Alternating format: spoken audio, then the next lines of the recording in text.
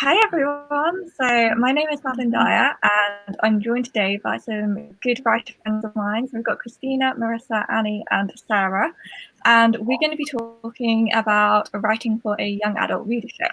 We're all YA authors, so this is something that's like really close to our heart and we just like love writing for this audience. So yeah, firstly we'll start with like little introductions for viewers who don't know us. So I'm Madeline Dyer. This is my debut novel here, Untamed, which is a young adult dystopian novel. So Christina, would you like to go next? Sure. Thanks, Madeline. My name is Christina Hoag. I live in Los Angeles and grew up around the world, actually, born in New Zealand. And here's my YA book. It's called Girl on the Brink. And it's about a girl who gets involved with the wrong guy. And then she has to get away from him, and he does not make it very easy. So that was in the Best of YA by Suspense Magazine. And then another book, which isn't technically YA, but it's sort of YA, but just that area between YA and adult, Skin of Tattoos. And it's about a gang member in LA who's trying to get away from the gang and finds it's, instead of getting away, he finds himself drawn deeper into it. And this was a finalist in suspense for Silver Falchion Award at Killer Nashville. So those are my two books, and I'm working on a mystery, and yeah, that's about it. Exciting. So yeah, Marisa, do you want to go next? Sure. My name's Marisa, and I currently have 3 books out at the moment. The first is called The Shadow Keepers. It's a YA horror with strong mental health themes. The next one is The Unadjusted, which is a dystopian sci-fi all about the dangers of genetic modification. And the other one is so new, I don't even have a copy of it yet, so I printed out the book cover. It's The Mermaid Chronicles, Secret to the Deep. And I like to think of it as Romeo and Juliet underwater. So it's a real fantasy romance. There we go. And I am working on the moment a high fantasy vampire series. I love vampires, I really do. And yeah, other things in the pipeline. So that's me. Thanks, Madeline. Annie, do you want to go next? Sure. Hey guys, Annie Sullivan here. I've got Tiger Queen, a young adult fantasy novel about a warrior princess who has to fight suitors in an arena to win her right to rule. And it's a retelling of the short story, The Lady or the Tiger. And then my first book was actually called A Touch of Gold. And it's about the cursed daughter of King Midas, who faces pirates and thieves on her quest to get her father's gold back when it gets stolen. And the sequel to this one is coming out in September. You pre-order it right now. It's called A Curse of Gold. So super excited about that. Greek myth, pirates, sirens, all that good stuff. Good. That sounds amazing. Yeah, and Sarah, do you want to introduce yourself and your books? Oh, sure. I'm so excited to be here. I am Sarah, or S.E. Anderson, and I write YA sci-fi humor. So this is a Starstruck series, and I'm not in frame right here. And this is the first of so far 5 books, the 6th coming out in August. And also, on the other side of the spectrum, some YA contemporary travel romance.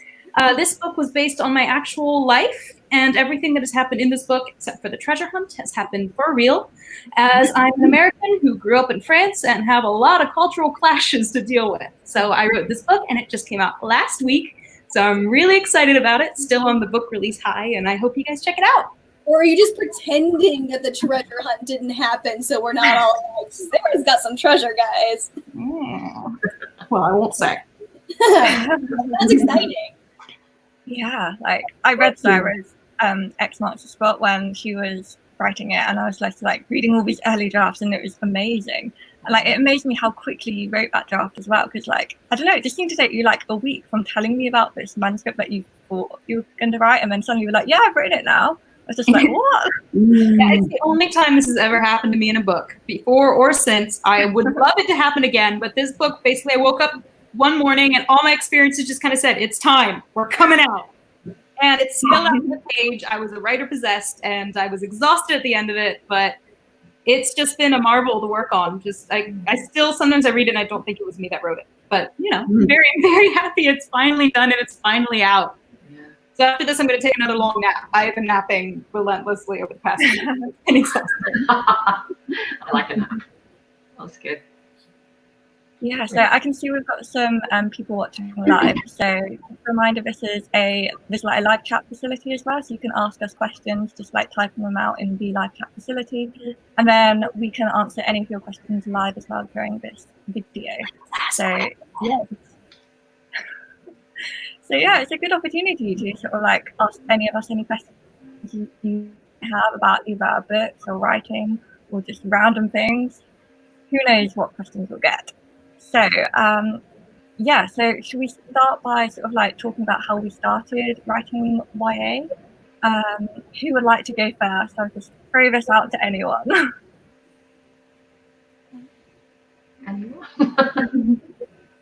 Sure, okay, I'll just hop in. So I decided to write YA just because I kind of love that you can have a fun adventure and yet you still have a character who's almost becoming an adult. So you get to deal with those kind of themes, but within the world of still having dragons and princesses, all this kind of fun stuff, and you can deal with the things that I think are really important and really going to shape teens. Like there's like mental health issues. You can hide that within fantasy, and it's never called anxiety or whatever, but it's just there. These characters might have it, and so I love that you can kind of help someone, enter a world, experience something really fun, and kind of come out with a really good message on the other side. Totally. I totally agree with Annie. That's definitely one of the reasons why I like to write YA. And I think when I was a teenager, there were so few books that really addressed any of the things that I was feeling.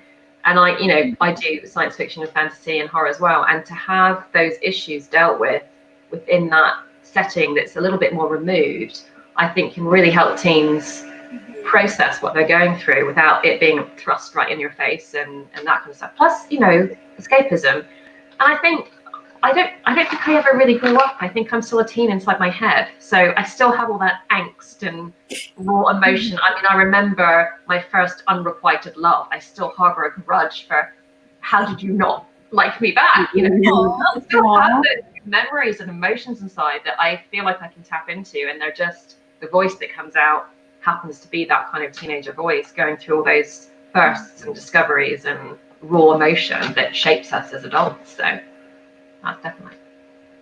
Well, I remember when I was a teenager, I couldn't wait to not be a teenager. But now that I'm old, I look back and it is an exciting time in your life. And if I remember like the books I read, because they made such an impact on me as a teen, now I read books and they all blur together. But I remember those books I read when I was, a teenager, because they were the first in, whatever genre, what have you, or the lessons that they had were so, important. So they stayed with me. And I think that's one reason I like writing YA, because it's just it's a very emotional, intense time of your life. And I like to write a lot of emotion in that.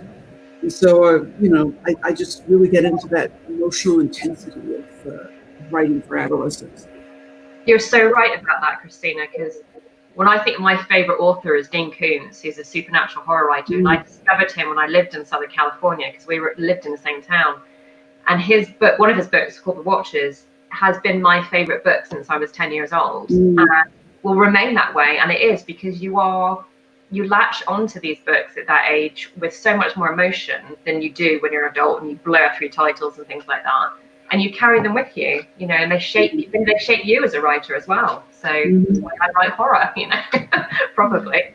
Yeah, absolutely. It's funny to trace things back through your life, and I'm drawn to sort of gritty, contemporary, realistic stuff, and actually that's what I started reading as a teenager. That's the stuff I was reading. I've been rereading quite a few of my old favorites during quarantine, and I find myself kind of taken aback so quick. Oh, that's where I got that. That's where I got this feeling. That's where I got this thought that I've carried with me for the past 10, 20 years. It's one of those things that you recognize yourself in the book as you're reading it, and you just carry it with you, and it helps and shapes you. And I guess that really doesn't answer the question of why I write YA, but you guys have really covered all of the reasons. I feel like I can't add much more to it. It's an amazing genre that lets us explore so much that sometimes as an adult, we don't feel like we have the room to do. Like there are so many questions about growth and life and dealing with emotions that you're expected to have already covered by the time you hit your 20s. And by the time you hit your 30s, I'm pretty sure I'm going to be locked in and not allowed to tell anyone. And the great thing about YA is that you can keep exploring these feelings and these fears that as an adult you're supposed to keep locked away. The great thing too is it's just so like YA today, it's just everything. Anything goes. You can write about any, you know, in any genre. You can write about adult issues and some of these really, you know, contemporary, really deep issues. There's no sort of prohibitions on that anymore. You can really, you know, write about anything, and that's really great too. It's just, I think just one of the things that I really love is, you know, is writing fairy tale retellings. Is creating a story where, you know, the princess is the one who needs to be saved. She's the one who is doing the saving. You know, it's not like, hey, Little Red Riding Hood, go to the forest, stay on the path. It's, hey, Little Red Riding Hood, here's a sword, go for it. You are capable. I want to create that reading generation of readers who want to be seen as capable and not be told to like stay on the path, but like blaze your own trail. You are capable. You have this strength. Exactly. It's all about like sending a new message. Yes. Yeah, in a way, when we write YA, we're kind of writing to ourselves, to our younger self, and say, hey, that feeling you had was valid. Here's how you can deal with it. Here's a message back in time. Yes, and I love the idea of someone coming to my work and reading it and being like, oh, I saw Princess Cora do this or Princess Kateri do this, and then coming out of it like, why can't I do that too? You know, like if your favorite characters can do it, you can do it. So I love that kind of idea. Yeah. And not to make things political, but as we're seeing right now, the whole young Gen Zers, I mean, I was rereading The Hunger Games the past week, and I'm like, that series is leaving bad. Yeah. And it's just, I am so thrilled that books have managed to shape an entire generation of really devoted, dedicated, and rebellious young people. Absolutely, which wasn't really around when I was a teenager. I don't remember books like that at all. So it's great to really be shining a light on that, and you know, inverting tropes and all sorts of things, and everything's okay, and everything can be explored, and there's so much opportunity and possibility, both for teens and for us as writers within the YA genre. So it's great. Yeah, it's a genre that just loves boundaries being broken. It's a genre that appreciates the new and unique, and just, it's so exciting to be a part of it because it feels like it's constantly changing and evolving and growing and just taking more voices in. Why isn't adult fiction doing that? Like, seriously, YA has some lessons to teach. It really does. It really, I think it's one of our later questions. I have a lot to say about that. Yeah. Well, that was one reason this like Girl on the Brink is about dating violence. So this was actually based on my experience as well, not as a teenager, later in life, but I really felt strongly that I could use a YA novel to teach or show teen girls the red flags of an abuser, because they can be very easily mistaken if you don't know what they are. Nobody teaches you what they are. You know, they're going to learn. Completely misinterpret them, which is exactly what happened to me. It happens to many, many people. So, you know, that was, you know, I really felt strongly I wanted to make this book a YA, not adult, for that reason, as we were talking about, just, you know, having that little bit of a moral or lesson or something, or, you know, wrapped in this entertaining. That just shows you how important YA is as a readership, because it can cover really important things that we're not necessarily educated about in other ways. And I know in recent years we've seen a move towards examining important social and global issues in YA, like issues that might typically only have been explored in adult books. So yeah, given the importance of using YA books to also explore these issues, would you say it's now just the main character's ages that make a book a young adult book? Or do you feel that there are other differences between adult and YA fiction? It's a great question. Like, my instinctual response is yes, it's just the age of the characters. But because of their age, we're allowed to explore certain things that as adults we just don't explore in general fiction. And also teenagers, that whole moodiness, mood swings, and overexcited emotional, that's something that we don't really see in many adult characters. So that's something that can differentiate the genres, I think, just in the way that young people will approach a problem. Because they still the part of the brain that's responsible for recklessness doesn't calm down until you're 25. So you're going to have a lot more reckless characters who have a completely physical response to being reckless. It's just completely part of them. So yeah, it's kind of a in between those two options. That's why we have 16-year-olds saving the world, not 25-year-olds. There we go. We're too busy working our 20-hour work weeks. Yeah. It's like 30 and you like pull a muscle getting out of bed and you're like, oh man, can't save the world today. I got a crap over here. Like, Yeah, for me, it's also the voice of the characters that, you know, because there are adult books that have teen protagonists and about adolescence or something, but it's a completely different narrative voice than a YA book. And that, for me, was one of the challenges, too, was nailing that voice. And so it's a completely different voice, I'd say, that goes along with the age of the character. Yeah, I think for me, I find myself reading less and less adult books. I think, and there's two reasons for this. One, you know, I think YA, I think there's actually more obstacles as a writer that you have to jump over in order to be a success. That things that are accepted, and I remember, you know, from Man Booker books to, you know, whatever other list you want to read, and I would get so fed up of this whining introspection of adult books that went nowhere. And I'm like, where's your plot? And maybe it's because I am a plot-driven writer, and I do like a plot. I like something to happen. I like high stakes. So a lot of these adult books just don't do that for me. And I feel that in YA, not only have you got, you know, save the world stakes, but you have these amazing character arcs which are showing so much growth and development that you don't often get in an adult character. So I find them so much more fulfilling to read than I do with adult books. I would agree so much. Maybe this is going back to the first question of like, why do I write? But I actually grew up with asthma, so I spent a lot of time like tethered to a machine as a kid. It was really hard to hear the TV over this machine, but if someone was like sitting next to me, I could hear them in my ear, right? Because the machine was like on my face. So my mom would spend a lot of time reading to me, and so reading was always a way to escape. You know, I wasn't a sick kid tethered to a machine, you know, 4, 5, 6 times a day. I was, you know, a Hobbit, or I was Harry Potter under the stairs, or whatever it was. So I think with YA, they often discount it, and they're like, oh, YA, it's a throwaway genre. It's not literary fiction.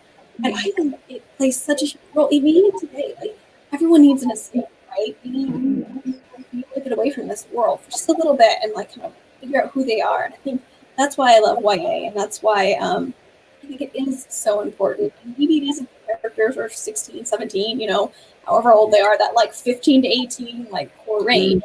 But I think it just, people of all ages can use that escape. I'm sure you guys, like, you know, my friends read my books. My parents and their friends read my books and love them. And there are people who wouldn't even normally pick up YA. Or had people who were like, oh, young adult, like, oh, that's probably like too young for me. And I'm like, no, it's not. Like, it's fans, a wide range of people. And I think that's why it's so important as a genre. Because you can have like 9-year-olds reading it, and you can have 99-year-olds reading it. And they're all.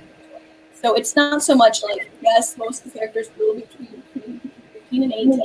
There's such and such a word count and all this kind of stuff. But I think in the end, yeah, it's just the overall message that really resonates.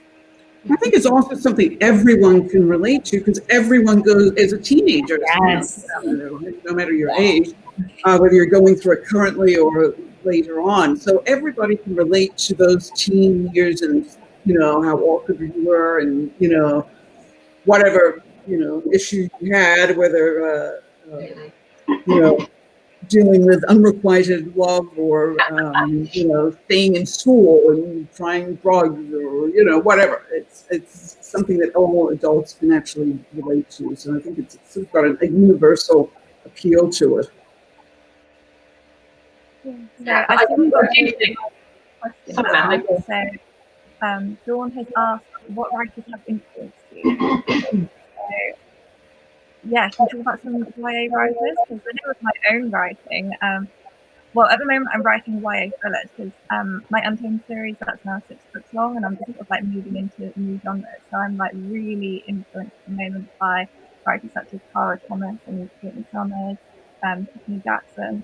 So yeah, like I'm just I can't read enough of their work at the moment, and I'm just finding that my current writing is so influenced by them, and just sort of like how they're not afraid to tackle these big subjects. It's exactly what you were saying, Christina, about like how YA can tackle anything at all, and there aren't really any topics that are off limits. So that's just something that's really sort of like motivating me in my own life. There are things I want to do that I've been sort of hesitant to until now, but I'm just seeing now that it is okay to do these things. It is really like almost therapeutic for me writing.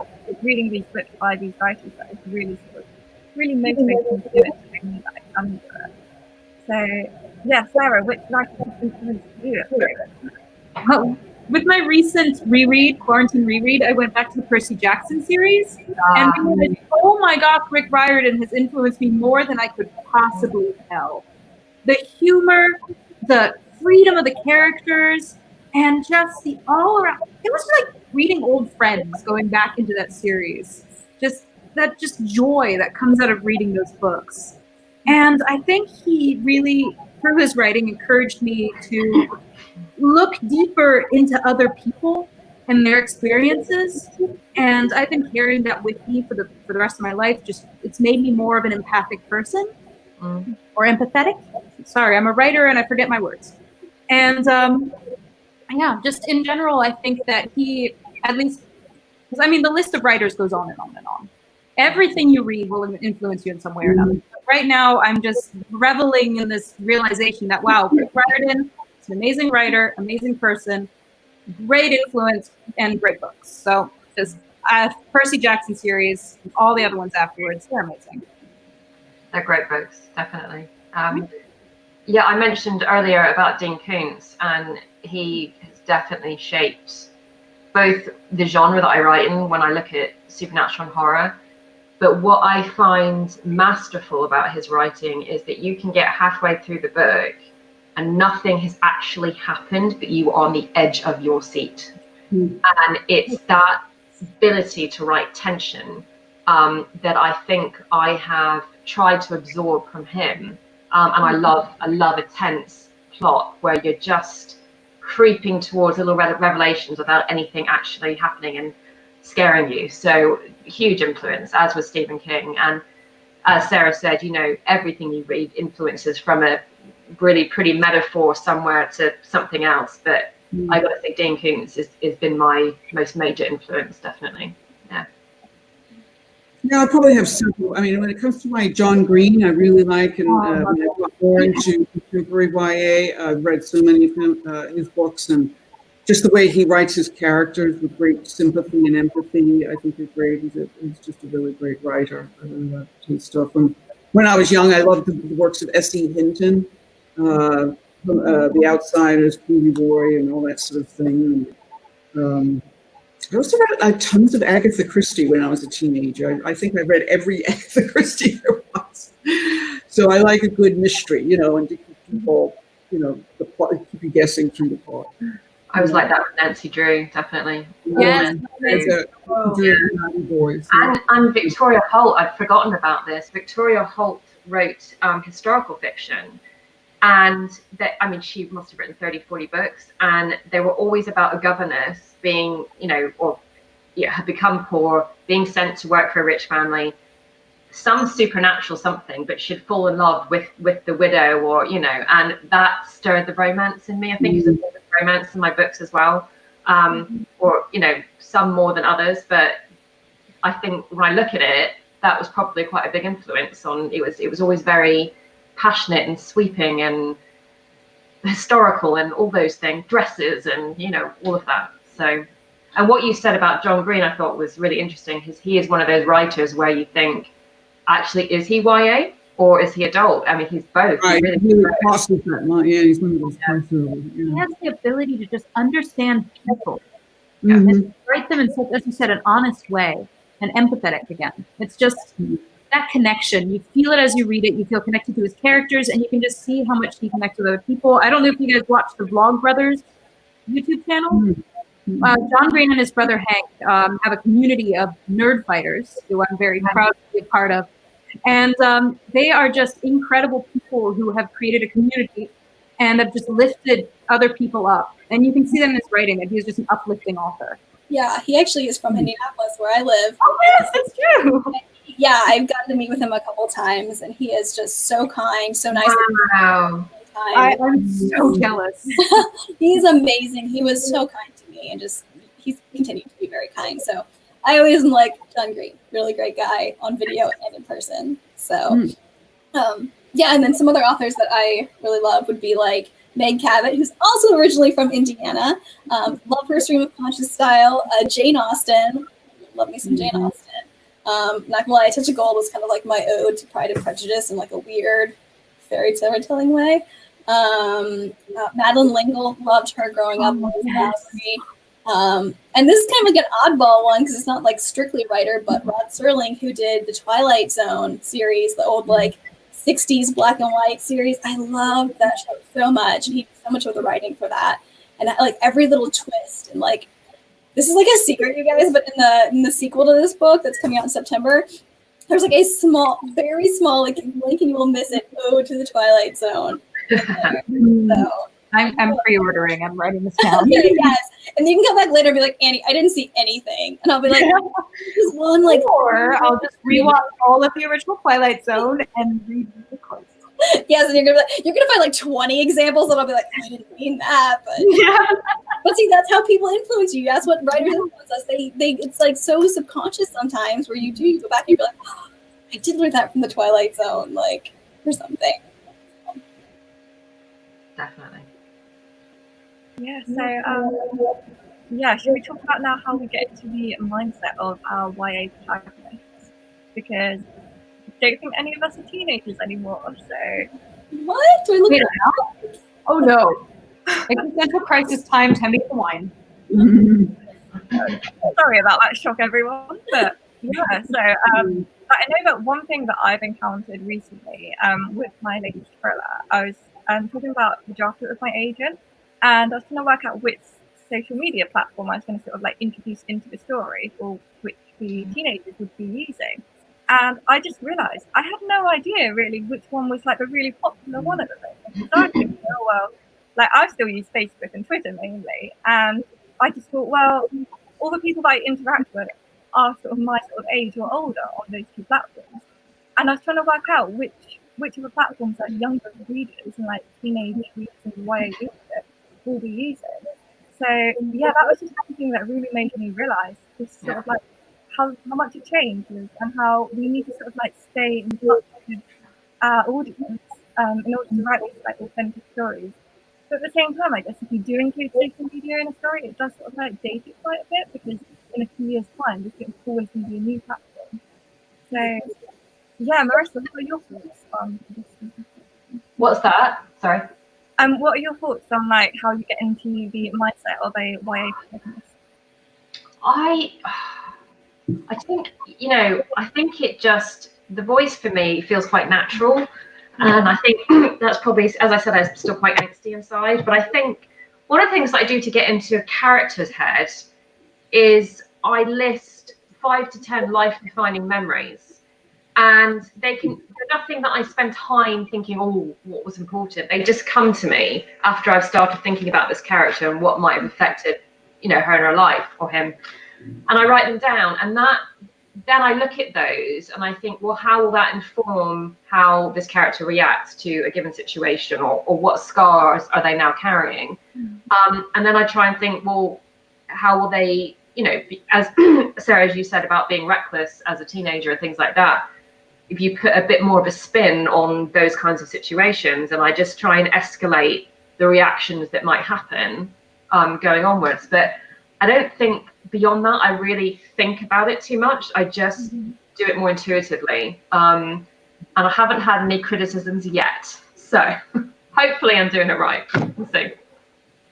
I've gotten criticism. My last book, everyone's like, she's so emotional. And I'm just like, teenager. All the teens who have read it have loved it. And I think a few adults who are looking for escapism and realize that, yes, teenagers are a little bit on the emotional side, didn't like that wake-up call. So they've been calling me out. But yes, you're right. It's a natural feeling, and instinctual just sitting back into that person you were, or this character who is, and just remembering how those emotions just took over you. Because right now you can just say, okay, calm down there, you got it. But not having those tools when you were younger, just let them go. Yeah. So being able to remember what it felt like allows for a lot more fun in the writing, just because you just don't have to overthink it. And that's the problem. Don't overthink it. Yeah. You're overthinking it. You're doing something a little too it's not fun anymore. The way I get into the mindset is just reading a lot of YA, if it's John Green or something similar. I just have to read a lot, and then I find sort of tap into that sort of thinking and stuff that goes on. But to your point also about like social media, popular social media and stuff, it's the same with like words and slang, vocabulary and things like that. And so I'm sort of careful to use things that aren't too current, that, like the word cool is sort of a universal, it's been around for ages, probably will be. So by the time the book, I finish the book and then it's published, it's not going to be woefully it doesn't look out of fashion. So I try and stick with sort of general language too, not to be too current, because by the time the book comes out, it'll be passé, and then you'll look, it's behind the times. So it's sort of a funny, weird, balancing. You have to balance that. Yeah. How long is the TikTok craze going to last? Because it's kind of scary. Yeah, that's on. Yeah. See, this is why you need to write fantasy, because you don't have to deal with technology. Yeah. Everything is great. Research. And you have to build a whole entire new world and how things work and not. I would do that 100 times over than have to deal with like angsty emotional characters who are just like, I'm like, I'm so plot driven. Like, you said, Marissa, like plot is everything for me. So like, I'm sure my characters are angsty at times, but I'm just like, deal with it. You got to save the world. Let's go. Like, so yeah. And I'm a total pantster, so I think that kind of affects it too. Like, I don't plot like anything. I kind of know like, oh, I'm going to write about a girl who's gold and is the daughter of King Midas. Let's just see what happens. And, wow. I'm impressed that you can do that. I think I did that for my first novel ever before I did any writing courses. It was an adult sci-fi. It came out at 45K and it had no dialogue. That was me realizing, okay, I need to know how to write a book. But I wrote that with like 4 lines, and I mean I had no idea what I was doing. But now I'm much more comfortable if I can plot as much as I can. I don't always stick to it, and things happen. But if I have a guideline, then I can get through it much quicker, actually, and I can be sure that I've trying to hit the beats in the right places, and it doesn't take as much of a structural edit once I'm done, which I hate. So yeah. Oh, I can't. And it's funny because I went on tour with Lauren Mancy, who wrote The Memory Thief, and she is like an eternal plotter. Like she like color codes things on like different. I do that. I only do that at the rewrite stage. I just start my story, and I mean, whatever happens, it takes me like 3 months to write like the first like 8 chapters because I keep revising because I'm like, no, that doesn't quite work. No, that didn't quite work, and so I just go back. And then once I get that done, it's like, oh, this is like 1 month. So do you get frustrated with that continual cycle, or that's just I think right now, and I'm actually super frustrated with myself. I'm like, man, if only I was a plotter, and then I'm like, yeah, but that seems like a lot of work, so maybe not. I've got a similar problem. I've got a very solid first half of a novel, and I've forgotten how I plan to finish it because I didn't write anything down. I can't remember the villain's motivation. I know he's got a secret plan, but what is it? I don't know. So that's really good because now your reader won't know either. They're going to be like, what? I didn't even see this coming.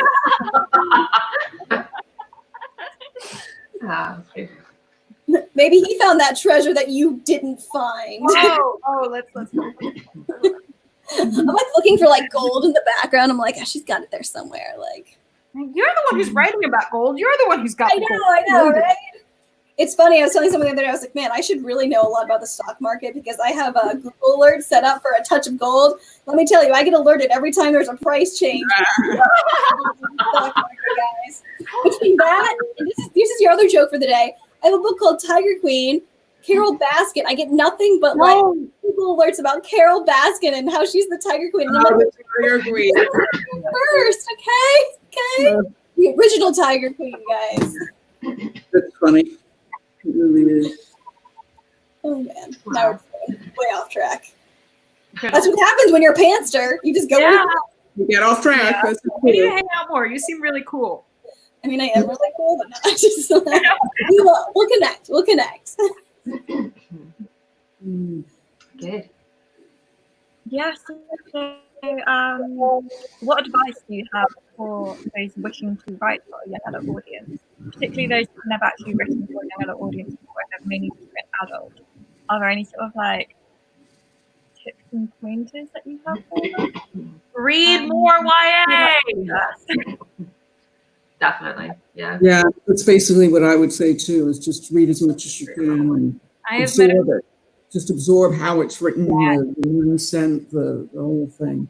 Yeah. I have met far too many people who have been like, I'll just write for young adults because it's easier than writing for adults. And I'm like, well, what's your favorite YA book? I'm like, I don't read that. It's for teens.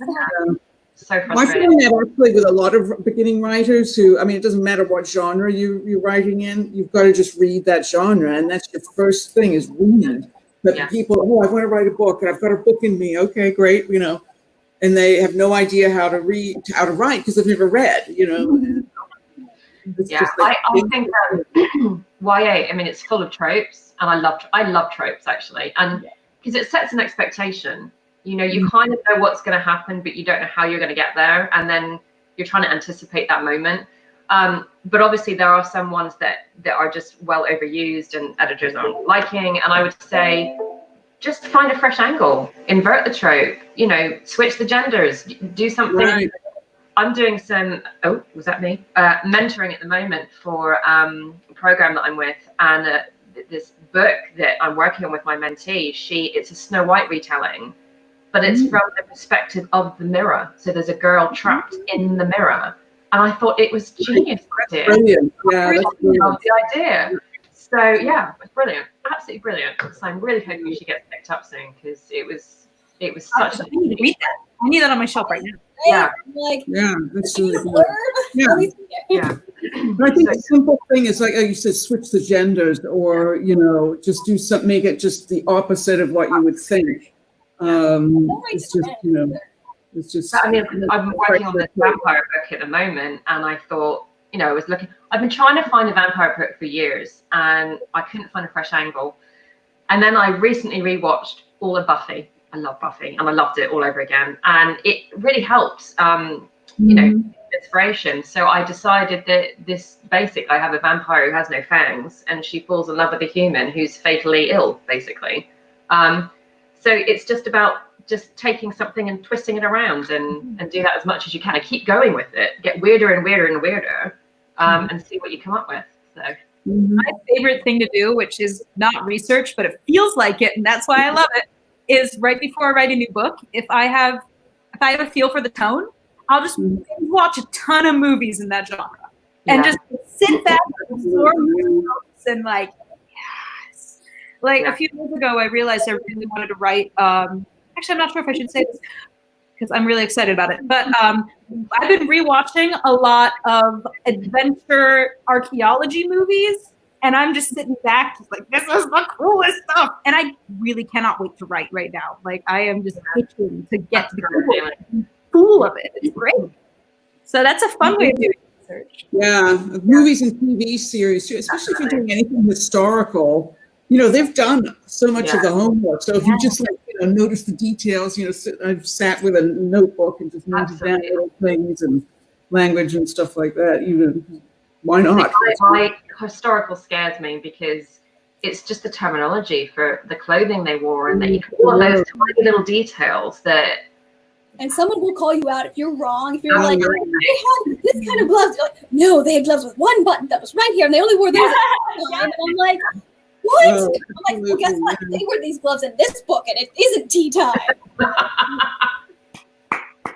That's why you write fantasy, guys, and you don't have to plot. You don't have to plot anything in advance. You just go where you feel. And my other tip is, I was going to say, just listen to teenagers talk. Yeah. Listen to how they talk. Eavesdrop on their conversations. Sit in the coffee shop when they're open and see what they do. I mean, a lot of it is, slang and blah blah blah blah blah. But you get a pattern and you get the banter and you get, how much they might tease each other, or depending on the relationship, it can be quite interesting. So I thought I was up to date. I'm not far off from having been a teen. And then I just saw, I don't know if you guys saw the post that went around about Gen Z making fun of millennials. Yeah. Just, that threw me. I think everyone's very houses anymore, you guys. Yeah, that was quite eye-opening. Oh, it was funny. It really was. Yeah, That was a wake-up call. Yeah. That's good. Yeah. So, yeah, what you were saying, Annie, about sort of like the freedom of just sort of like writing and going straight into the draft without plotting.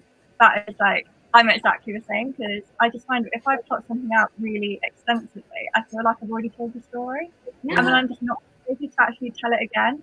So I have to just like, I might sort of like write a 2-sentence there, of just like telling you sort of the starting point on where I might end up, but everything else has to be sort of like absolutely sort of just me exploring the world.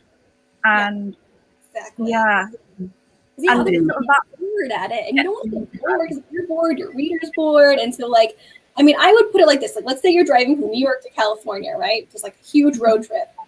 I know that we're starting in New York, and I know we're gonna end up in California. Like, I usually have an ending image in mind, but then I have no idea who's gonna be in the car with us until they show up.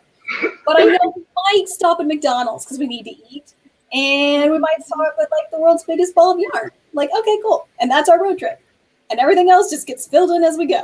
So, Culver City, Kansas. like, I don't even know where that big ball of yarn is. I don't know how we're gonna get there. Maybe we thought we were gonna get there, and then we don't. Like, so yeah, man, I definitely I feel you on that one. I was amazed by Rainbow Rowell. A while ago, she posted her plot plan for her latest book, Wayward Son. And it was really just like, boom, boom, boom, 3 points, boom, boom, boom, 3 subpoints. And that was her entire plot. And I was just like, that is how to do it. Yeah. I wish I was that efficient, and I would have so much fun. It's so much funner to let the characters take you through their own world. Yeah. And you were saying, like, how do I get into a voice? Like, I literally just start writing. And again, it takes me a lot longer. I don't know those like, amazing, 10 plot points that Marisa might know about her character, about what happened in the past. I'm just like, oh, sweet. They just met someone. Let's see how they talk. Let's see what they think, And that's just what happens. And so, yeah, it is a little difficult and frustrating right now because I'm just like, I got to chapter 3, and then I'm like, no, that didn't work. I got to go back, start chapter 1 again, and rewrite it a little bit. And then I get to chapter 4, and then I got to back to chapter 2. And so it's like a gradual thing. But then by the time I get to the end, I have a very clean first draft. So I'm always happy, at least with that. Yeah, I do have this complex that all my first drafts are perfect because I don't want to work on them again, Yes. Have you guys ever seen the movie Happy Gilmore with Adam Sandler, where he's a golfer? Yeah. And he hates putting. He stinks at putting. Yes, go into your home. That's what I hate. I think of revision as putting, is you have to keep putting it closer and closer. Like, I just want to get one and done. Good, let's move on. I'm the same way. I want it done. I mean, I'll do one light edit for things that I know I need to fix while I was writing it, and then I'm like, I'm sure that's done. That's fine. Yeah. I have been trying to force a change in perspective in myself to allow me to enjoy editing more. So I look at more like I'm carving a statue. And so my first draft, I've gone at it with the chisel and I've got it down. And then the editing points are just the little taps that I love the analogy. Look like a block. No, that is a good analogy. I love revision. I hate first draft. That's my favorite part. I just want to get that thing down so I can go back. Then I have something to work with. It's like a play, and I can say, and then I start really shaping it and putting in the language and stuff. So I've actually tried to do more plotting and less pantsing. Doesn't really work. Again, I have the general, New York to California outline, but I always veer off, and I notice that I go back and I try and adjust the outline, but then I'm like, it's all in my head. It's just I cry tears, literal sad tears when I get my edit letters. Whereas again, Lauren Mancy, who I went on tour with, we both had the same editor, right, at Blink, our publisher. And she said she would cry tears of joy when she got her edit letters because she was like, yeah, I get to edit. And I'm over here sobbing because I'm like, I have to edit. So But I like an edit letter. I mean, yes, it's exhausting because you suddenly realize what's ahead of you. but it tells me what to do. And I think that's why I get nervous about editing, because I look at all these words and I think I'm afraid to make big changes because I don't know if I'm doing the right thing or not. I need someone to tell me what to do. And that is what's about having an editorial team, is that they can just say, well, that's not working. And I'm like, okay, fine, I can do that, get on with it. But having to make those decisions myself, not so great. No, it's good having that person to say, it's okay to cut that chapter. It'd be better if you do. Cut that chapter. Because I will not do that on my own. I will just find an excuse to hang on to it, even if it's just like gross. See, I absolutely love editing, and it's really big. Like, I don't plan at all, so I end up with these really messy drafts where, like, sometimes like the characters change completely halfway through, or I just suddenly think, oh, I should have another main character here. So then I just like make a note and say, oh, introduce this character earlier on, make this first half match up with this second half, and I just end up with so many notes like that to myself in my first draft. Rewriting and like working on the subsequent drafts is where I'm making it all make sense, and it's kind of like I don't really know the story until I've got to the end of my really first draft, and I don't really know what I'm actually writing about. So then typically like my second draft, I'm like rearranging like whole scenes, versus thing with the timeline, the narrative I just find it so exciting. I really want to do that. But yeah, it just makes my editing process so long. It's like with my latest manuscript, I went through about 14 drafts before I felt like it was sort of like okay enough to send to someone to like read over it before I sent it to my agent. And I know that like it's not the most productive way to do. I end up like cutting out like 50,000 words out of a draft and then like adding in loads more like. And I know that like if I could write something that's like more concisely and know from the start what I was about, it would save me a lot of time. But anytime I have actually done that, I just haven't been listening to writing it, and I've just sort of been like, well, I want to write something new, or I don't know what's going to happen, and I want it to feel exciting and new. So yeah, like, I guess I just like giving myself extra work to do. You are an incredible person because you just sit down and you write a draft and you finish that draft, and I'm just sitting here like, wait, hold on, have you written 3 books in the time it's taken me to like write this one chapter? No, I gotta edit. And yes, you do edit, but oh my gosh, you give yourself that foundation right away. I admire you so much for that, because I mean, as I've mentioned, I have a book that I finished the first half, and that last half is nowhere to be found. Nowhere. Yeah, so I have a lot of envy on that front. Yeah, like one thing I did also for a young adult audience, like, do you worry about sort of like, especially if you're like writing some books that are YA and some that are more new adult, do you sort of like work out which it's going to be when you're sitting down to write? Because I know that I often get bogged down with like how I'm going to categorize these manuscripts as I'm working on them, because I like to know how I'm writing like YA thriller or like new adult science fiction, and I don't know, something about that really sort of like bogs me down when I'm working on a draft, and I'm just like, I need to know what readership I'm writing it for. And like most cases, the voice I'm writing will dictate which readership it's for anyway. But I don't know, like I'm just really sort of like focused on that when I'm writing, especially like at the start of the draft as well. So yeah, does that happen to any of you? I don't think about that so much. And as you know, I said that I felt that the YA voice in me is quite instinctive. I wrote what I thought was an adult book with a 25-year-old protagonist. It was a very dystopian kind of, what I would say was The Purge meets Running Man. And this was before I had my most recent agent, and I sent it off to an agency who liked it in a pitch, blah, blah, blah, blah, blah. And it got passed on to the team, the YA department. And I kind of thinking, why did that happen? And I just, you know, my character was 25. She had a job. She was a journalist. So I'm thinking there's something about my instinctive voice that's just younger. So I don't know what I'm doing, but yeah. So I think I'm clear in where I am, and I just stay there. I don't. Yeah. It just comes out. I follow one simple rule. Write the books you want to read. I'm writing a book that's missing from my bookshelf. So, and then, yeah, sure, I'll start thinking about other readers, but only on the next few drafts when I'm starting to think about marketing and sending it out to agents and stuff. But on my first draft, I'm just thinking, what's a book I would love to read? What's a story I'd love to explore? And then I have more fun exploring it myself when I'm doing it. That's some great advice, Sarah. I think that's spot on. Yeah. Another way, with the Starstruck series, I was writing it at first as just a fun thing I was doing in high school with one of my best friends. And after years of it being on the shelf, I decided, this story could, I've grown as a writer. I want to do something with it. I contacted my friend. She said, it's all yours. But then I continued writing it as if I was writing it for her. And having just one person in my head, this friend who's stuck in amber, at the age we were when we wrote this series in the first place, it was so much easier than worrying about like an entirely massive YA audience that could possibly read the book. All I cared about was, would she like this book? Yeah.